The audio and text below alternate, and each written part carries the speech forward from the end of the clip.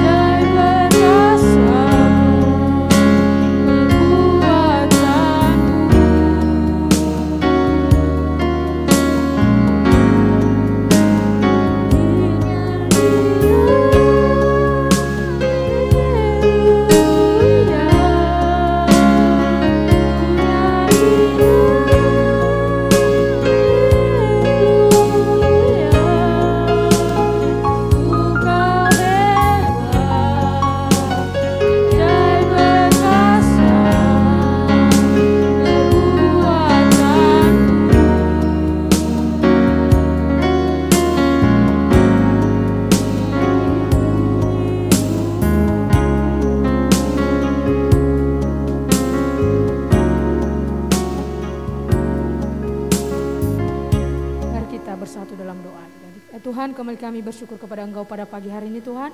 Terima kasih Tuhan kalau Tuhan terus menolong dan memberkati setiap kehidupan kami. Terlebih-lebih satu minggu ini Tuhan kami bisa melewati oleh karena anugerah Tuhan yang terus kami rasakan di dalam kehidupan kami. Dan sebentar lagi Tuhan kami akan memulaikan ibadah kami Tuhan. Kami menyerahkan hidup kami ke dalam tangan Tuhan dan Engkau berkati juga Tuhan adik-adik kami yang sedang mengikuti secara online pada saat ini Tuhan. Biarlah mereka menjadi anak-anak Tuhan yang selalu setia dan taat pada Engkau Tuhan. Di dalam nama Tuhan Yesus kami berdoa dan kami serahkan hidup kami ke dalam tangan Tuhan. Amin. Kita terus memuji Tuhan ya Ci, kita naikkan pujian setinggi-tingginya langit.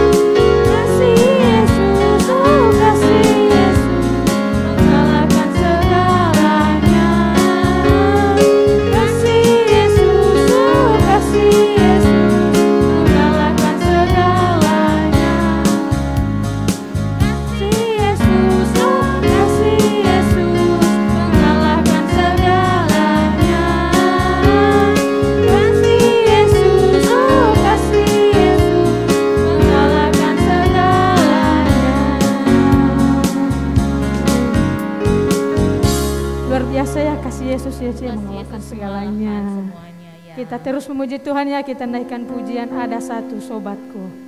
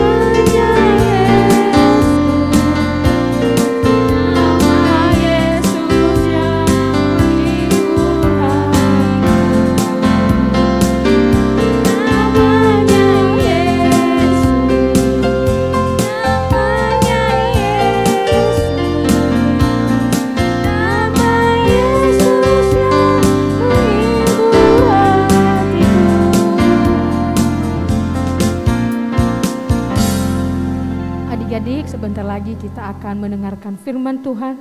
Pasti adik-adik di rumah sudah menyediakan Alkitab, buku, pulpen, dan pada saat ini kita akan menaikkan pujian firman-Mu, pelita bagi kami.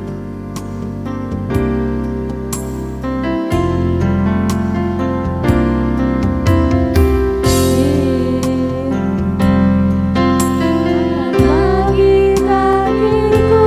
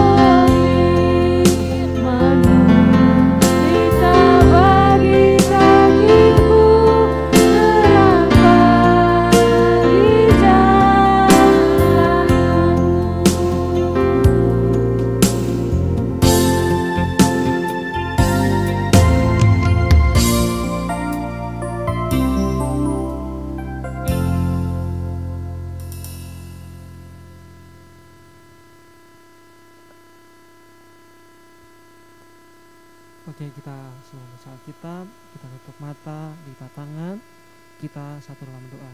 Tuhan Yesus, pagi yang indah ini Tuhan, kami sungguh sangat bahagia bahwa Tuhan sangat mengasihi kami, sehingga kami masih ada kesempatan untuk bisa hidup menikmati kehidupan kami. Bahkan lebih khusus kami ada kesempatan yang sangat indah untuk dapat memuji dan memuliakan Tuhan. Di waktu ini Bapak, kami akan membaca menikmati sebagian yang menjadi pesan Tuhan buat kami. Tuhan pakai hamba-Mu, buka hati buat anak sekolah minggu, ya kami semua Tuhan akan dikuatkan, diteguhkan oleh Tuhan, dibekali oleh sabda untuk menuntun kami, menjadikan kami anak sekolah minggu yang baik, anak sekolah minggu yang hidup takut akan Tuhan. Doa kami Bapa, kami akan doakan di tangan-Mu dalam nama Tuhan Yesus. Haleluya. Amin. Shalom. Senang ya kita bisa jumpa pagi ini di kasih Tuhan. Satu bacaan Alkitab yang kita akan diskusikan pagi ini, kamu ambil dalam kitab Amsal pasal yang ke-16 ayat 4 bagian A saja. Sekali lagi Amsal 16 ayat 4 bagian A dikatakan, Tuhan membuat segala sesuatu untuk tujuannya masing-masing. Jadi sekali lagi ini yang menjadi tema kita pembahasan pagi ini, bahwa segala sesuatu diciptakan Tuhan ada tujuannya. Jadi kalau kita ada masing-masing dengan keadaan kita, semua Tuhan punya tujuannya. Kalau kita mengalami kehidupan yang kita jalani dengan segala macam keadaannya, Kakak mau katakan bahwa semuanya ada tujuannya. Di dalam Alkitab itu dijelaskan kisah tentang satu tokoh Alkitab, yaitu namanya Daud. Nah, Daud ini dijelaskan dalam kehidupannya, dia adalah sebagai gembala domba. Dan Daud sebagai gembala domba, dia begitu setia mengawasi, menjaga setiap domba-dombanya. Kemudian dia mengalahkan segala binatang-binatang buas yang akan memangsa domba yang dijaga oleh Daud. Dan itu dilakukannya siang dan malam dengan penuh kesetiaan. Nah, kita menjelaskan bahwa Daud adalah sebagai gembala domba yang sangat setia dan sangat tekun menjalankan tugasnya sebagai gembala domba. Alkitab juga mencatat bahwa keadaan Daud yang sebagai gembala domba itu kenyataannya bahwa di balik kegiatannya yang mungkin di saat itu kegiatan sebagai gembala domba itu bukanlah tugas yang levelnya baik, tapi di zaman itu adalah level yang dianggap level yang tidak baik, suatu tugas yang bisa dikatakan tugas yang hina di zaman itu. Tetapi ketika Daud menjalankan tugasnya sebagai gembala yang setia itu, kenyataan bahwa Tuhan punya tujuan di balik semuanya. Tuhan melihat Daud ketika Samuel ditugaskan untuk memilih pemimpin bagi bangsa yang dipilih oleh Tuhan. Kenyataan bahwa Tuhan telah memilih Daud. Padahal Samuel pun tidak menganggap bahwa Daud adalah pilihan yang tepat. Bagi logika manusia mungkin Daud itu hanya cadangan saja.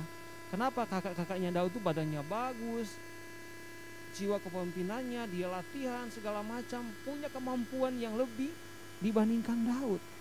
Tetapi Alkitab mencatat bahwa semua dilihat oleh Samuel, semuanya ditolak Tuhan. Kenapa? Tuhan melihat bahwa Daud adalah pilihan Tuhan. Jadi meskipun dia sebagai gembala domba yang hina di zaman itu, tapi kenyataan bahwa ketika Daud menjalankan tugas itu dengan setia, kenyataan bahwa Tuhan sedang mendidik dia, membimbing dia untuk menjadi suatu pemimpin yang hebat yang akan dipakai Tuhan untuk memimpin suatu bangsa, yaitu bangsa pilihan Tuhan. Ada yang lihat di dalam Alkitab juga dicatat tentang kisah tentang Saulus. Saulus ini adalah tokoh yang dicatat Alkitab sebagai penganiaya. Dia sebagai pembunuh umat Tuhan di zaman itu. Tapi adik tahu bahwa dengan adanya Saulus, Tuhan punya tujuan adalah untuk apa? untuk membuat anak-anak Tuhan di zaman itu semakin kuat. Jadi meskipun ditindas, anak-anak Tuhan itu semakin dekat dengan Tuhan. Dengan adanya Saulus yang jahat, membuat banyak anak Tuhan semakin dekat dan semakin melekat kepada Tuhan. Dan siapa sangka teman-teman adik dikasih dalam Tuhan bahwa dengan keadaannya Saulus yang jahat itu, kenyataan bahwa Tuhan juga punya tujuan adalah untuk apa? Menjadi pemimpin bagi umat-umat Tuhan. Dia menjadi penginjil yang hebat yang dipakai Tuhan. Dulu yang sangat membenci Tuhan, yang menganiaya umat-umat Tuhan, kenyataan bahwa Tuhan punya tujuan, bahwa Tuhan mau pakai Saulus untuk menjadi alat yang indah bagi Tuhan. Bahkan Alkitab mencatat bahwa Saulus adalah tokoh Alkitab yang sangat dahsyat dipakai oleh Tuhan. Jadi adik-adik kasih dalam Tuhan bahwa semua yang dihadapi oleh manusia, semua yang dijalani oleh manusia, semuanya punya tujuannya.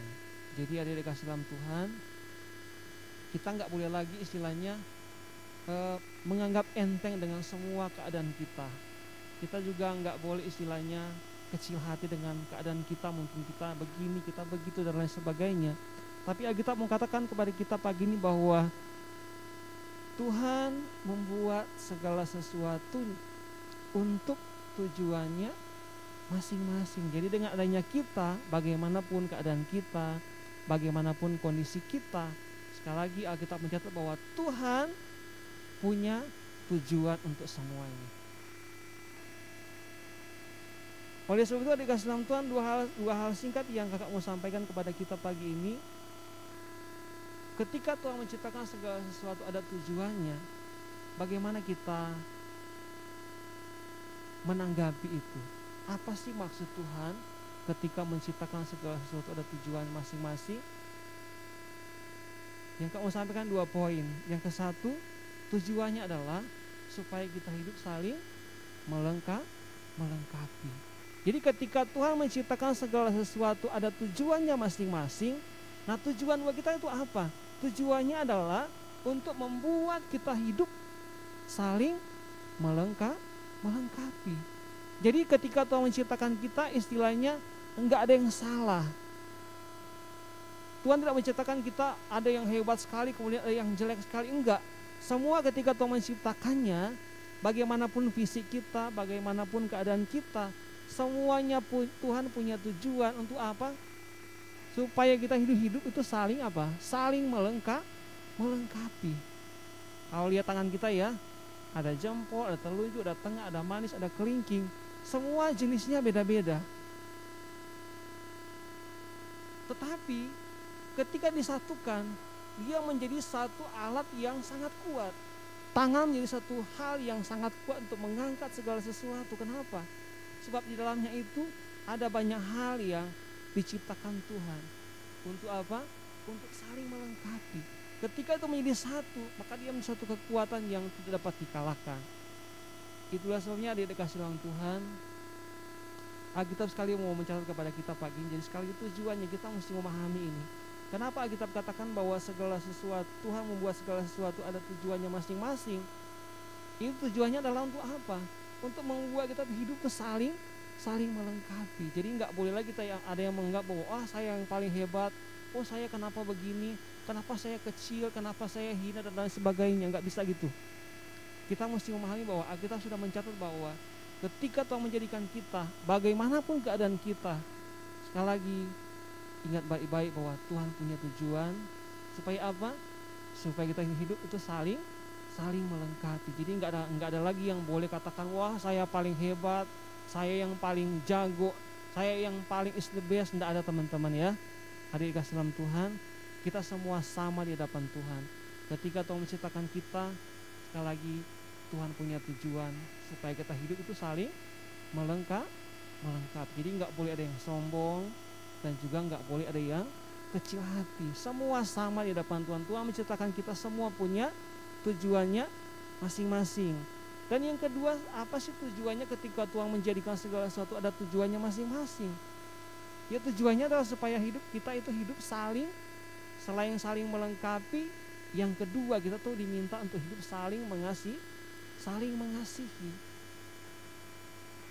Tuhan tidak mau kita sebagai anak Tuhan, dan kita tidak boleh hidup sebagai anak Tuhan, sebagai ciptaan Tuhan itu kemudian menganggap, wah saya yang paling hebat, dia itu jelek, dia itu tidak punya apa-apa, dia itu miskin, saya kaya, saya pandai, dia nggak pandai. Nggak boleh teman-teman ya, adik-adik kasih dalam Tuhan. Jadi ketika Tuhan menciptakan segala sesuatu dengan tujuannya masing-masing, tujuannya adalah apa? Supaya kita tuh bisa hidup saling melengkapi. Yang kedua, supaya kita tuh bisa hidup saling mengasihi. Jadi kalau kita pilih teman di sekolah misalnya ya, kita nggak boleh istilahnya pilih teman, wah itu yang cocok dengan saya, yang lain enggak, yang itu yang selevel dengan saya, yang lain enggak boleh gitu ya. Jadi Tuhan menciptakan kita dengan jenis yang beda, dengan keadaan yang beda. Tujuannya adalah apa? Supaya kita tuh hidup bisa saling mengasihi satu dengan yang lain. Dan Tuhan telah membuktikan kepada kita ketika Tuhan mati di kayu salib.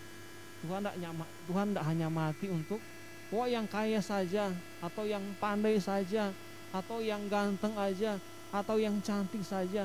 Tapi Tuhan mati untuk apa? Semua umat manusia. Jadi siapapun dia, semuanya dikasihi Tuhan. Itulah sebabnya adik-adik dalam Tuhan.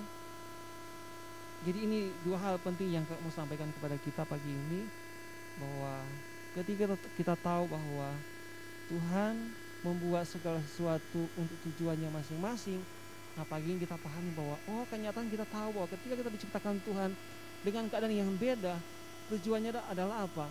Supaya kita bisa hidup saling melengkapi. Yang kedua, supaya kita hidup apa? Saling mengasihi. Jadi kita nggak boleh lagi menganggap yang lain itu hina, nggak boleh menganggap yang lain itu tidak baik, kita aja yang baik, nggak boleh ya. Sebagai anak Tuhan, kita tahu masing-masing bahwa ketika Tuhan menjadikan kita, semuanya punya tujuan dan fungsi masing-masing. Jadi semua itu punya kelebihan. Bagaimanapun model kita, bagaimanapun keadaan kita, di hadapan Tuhan kita ciptakan Tuhan untuk tujuannya masing-masing, untuk tujuan yang diinginkan oleh Tuhan. Itulah sebabnya hiduplah sebagai anak Tuhan dengan apa adanya. Bagaimanapun keadaan kita, tetap hiduplah dengan penuh damai, penuh sukacita, dengan positif, dengan optimis, sebab kita semua adalah diciptakan Tuhan untuk melaksanakan tugas masing-masing yang memang sudah ditugaskan Tuhan untuk kita lakukan semua sesuai dengan kapasitas kita masing-masing. Jadi adik kasih dalam Tuhan, pagi ini kita sudah dibekali oleh Tuhan dua poin penting, bahwa ketika kita tahu bahwa kita hidup diciptakan Tuhan punya tujuan masing-masing, maka kita mesti menanggapinya dengan apa? Kita mesti hidup saling melengkapi. Yang kedua, kita mesti hidup apa? Saling mengasihi. Nggak boleh lagi ada yang membeda-bedakan satu dengan yang lain, sebab kita di mata Tuhan semuanya sama, semuanya dipakai Tuhan, diciptakan Tuhan untuk melaksanakan tugas kita sesuai dengan kehendaknya Tuhan. Oke, demikian yang saya sampaikan pagi ini. Semoga dua hal ini menjadi bekal buat kita, supaya kita tidak boleh lagi menganggap entengnya satu dengan yang lain, tapi kita semua hidup saling melengkapi dan hidup saling mengasihi, sehingga kita menciptakan suasana yang indah, suasana yang hidup selalu menyenangkan hati Tuhan. Kita tundukkan hati kita tutup mata, lipat tangan, kita serta doa. Segala puji kami panjatkan kepada Tuhan untuk kasih Tuhan, kesempatan yang Tuhan izinkan buat kami bisa membaca menikmati sabda-Mu. Pagi ini kami dibekali oleh Tuhan, kami dijelaskan oleh Tuhan bahwa hidup kami diciptakan Tuhan untuk tujuannya masing-masing sesuai kehendak Tuhan. Itulah sebabnya bimbing kami Bapa, supaya kami jadi anak Tuhan yang hidup saling melengkapi, hidup saling mengasihi, sehingga keadaan kami semua bisa kami hidup maksimal untuk hidup melakukan semua apa yang menjadi kehendak dan mau Tuhan dalam hidup kami semua. Engkau bimbinglah sekolah minggu Bapa, supaya kami semua bisa tumbuh sehat, supaya kami bisa menjadi anak Tuhan yang takut akan Tuhan, menjadi anak Tuhan yang setia dan hidup selalu sesuai dengan kehendaknya Tuhan. Ini doa kami Bapa, kami akan doakan di dalam tangan Bapa, dalam nama Tuhan Yesus. Haleluya. Amin. Kembalikan kepada pemimpin pujian. Firman Tuhan pada pagi hari ini mengingatkan kita untuk saling melengkapi dan saling mengasihi. Nggak beda-bedakan ya. Ya. Mau mungkin tinggi, Tinggi, pendek, kulit hitam, kulit putih, mata sipit, mata belok, kita semua sama di hadapan sama Tuhan. di hadapan Tuhan ya. Apakah ada pengumuman sih? Pengumumannya adik-adik seperti biasa aja. Kalau yang ada rindu memberikan persembahan boleh ditransfer ke rekening bendahara Ibu Eli, atau kalau mau dititip sama guru-guru juga boleh. Dan satu lagi adik-adik yang paling penting diingatkan kembali, bulan depan kita ada satu perayaan ibadah, yaitu ibadah Paskah adik-adik. Kita akan adakan tanggal 17 April dan kita akan adakan secara tatap muka kembali ya. Adik-adik diingatkan ya, 17 April kita ada ibadah Paskah tatap muka. Nanti akan dimulainya jam 8:30 ya. Adik-adik disiapin dari sekarang. Kasih tahu teman-temannya, mungkin kalau ada yang gak ikut ibadah online ya Kak, boleh dikasih tahu ya adik-adik ya. Ya, itu saja pengumumannya, dan sebentar lagi adik-adik kita akan mengakhiri ibadah kita. Doa penutup nanti oleh Cileni, kita akan naikkan pujian mukjizat itu nyata tak terbatas kuasa Tuhan.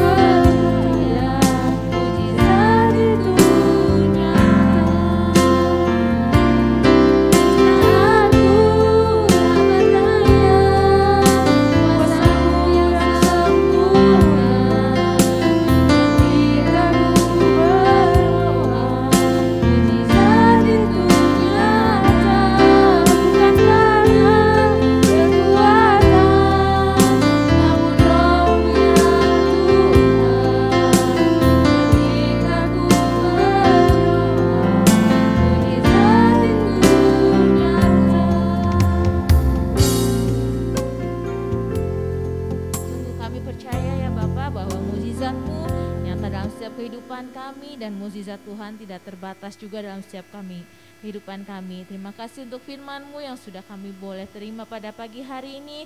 Kami mau belajar untuk saling melengkapi dan saling mengasihi antara satu dengan yang lain, karena kami tahu di mata Engkau kami semua adalah sama Tuhan.